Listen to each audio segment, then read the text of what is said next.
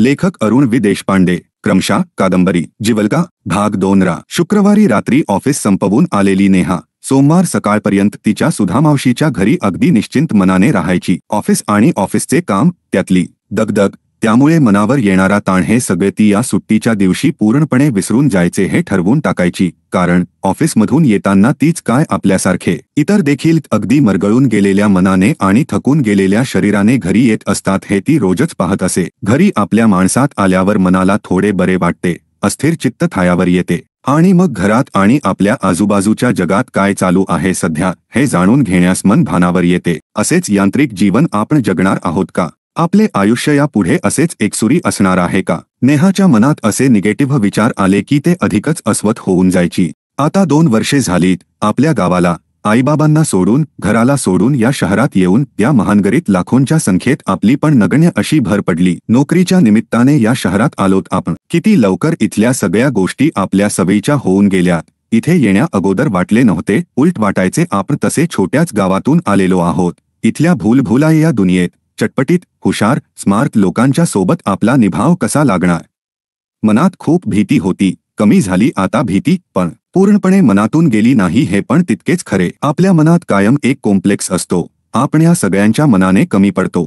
आपल्या सोबत काम करणाऱ्या समवयस्क मुली, मोठ्या स्त्रिया किती धीटपणे वागतात, कुठे लाजत नाहीत की बुजत नाहीत, बोलण्यात किती सफाईदारपणा आहे, समोरच्या माणसावर पटकन इम्प्रेशन पडेल असे आकर्षक राहणे, किती म्हणून नव्या गोष्टी आपल्याला यापुढे शिकाव्या लागणार आहे. नेहाला कधी कधी कॉलेजचे दिवस आठवायचे. आजोबांच्या जुन्या आणि आग्रही मताकडे दुर्लक्ष करून तिच्या बाबांना तिला दुसरीकडे कॉलेजसाठी म्हणून पाठवणे जमणे शक्य नव्हते. पण त्यातल्या त्यात एक झाले की आपल्याच गावातील इंजिनिअरिंग कॉलेजमध्ये प्रवेश घेतला तर नेहाच्या पुढील शिक्षणाला आमचा विरोध नाही, असे आजोबांनी निक्षून सांगितले. त्यांचे ऐकून सर्वांना वाईट वाटण्यापेक्षा आनंदच झाला की हे तर ठीक आहे, मोठे कॉलेज नाही तर नाही, इथेच राहून बी इतर करता येईल. बाबांना पण शिक्षणासाठी फार खर्च करावा लागणार नाही, हे पण खरे होते. नेहाने तिच्याच शहरात असलेल्या कॉलेजमध्ये प्रवेश घेतला. हे कॉलेज सुद्धा चांगलेच होते. गेल्या पिढीतील तिच्या काकांनी आणि आताच्या पिढीतील तिच्या चुलत भावांनी याच कॉलेजातून तर बी टी केलेले होते.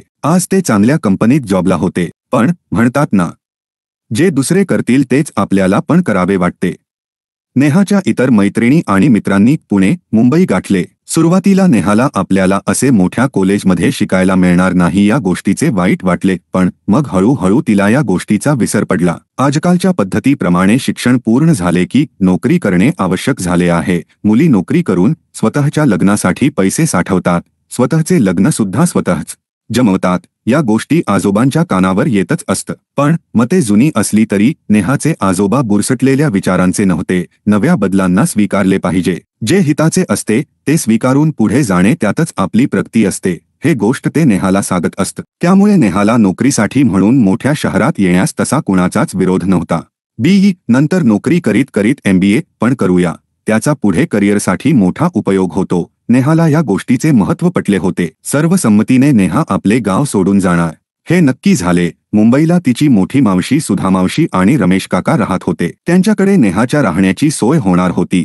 त्यामुळे नेहाच्या आजी आणि आई दोघी अगदी निर्धास्त झाल्या होत्या. आपल्या तरुण पोरीवर अनुभवी मावशीची नजर असणार, वडीलधारे माणूस म्हणून रमेश काकांचे लक्ष असणार, या भावनिक आधाराने नेहाच्या घरातील माणसांचे मन खूप हलके हलके झाले होते आणि नेहाच्या मनावर अजिबात दडपण नव्हते. कोणत्याही नव्या गोष्टीची सुरुवात करणे, ती करीत असताना मनाला खूप आवरावे लागते, सावरावे लागते, तरच समजून उमजून मार्ग काढणे आपल्याला जमत असते. नेहा, तू तुझ्या स्वभावाला आवर बाई. सगळ्या गोष्टींची फार घाई असते तुला. समोरच्या माणसावर लगेच विश्वास बसतो तुझा. असे नको करू बरे का. प्रत्येक गोष्टीची खात्री करून घे, मग ती चांगली की वाईट हे ठरव. कारण या पुढे निर्णय घेणे तुझ्या हातात असणार आहे. तुझ्या मनात काही गोंधळ झाला तर सुधा मावशी आणि रमेश काकांना विचारित जा. नेहाची आई तिला समजावून सांगत होती. ती मोठ्या आनंदाने सुधा मावशीकडे जाण्यास, राहण्यास तयार झाली.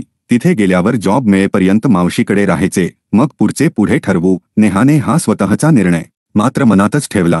याची चर्चा आता नकोच. आणि सर्व तयारी पूर्ण करून नेहा आपल्या आयुष्य प्रवासातील एका नव्या वळणावर उभी राहिली. पुढे काय, आज तरी काही कल्पना नव्हती नेहाला. बाकी पुढील भागात. भाग 3 लवकरच येतो आहे. क्रमशः कादंबरी जिवलगा. ले अरुण वि देशपांडे.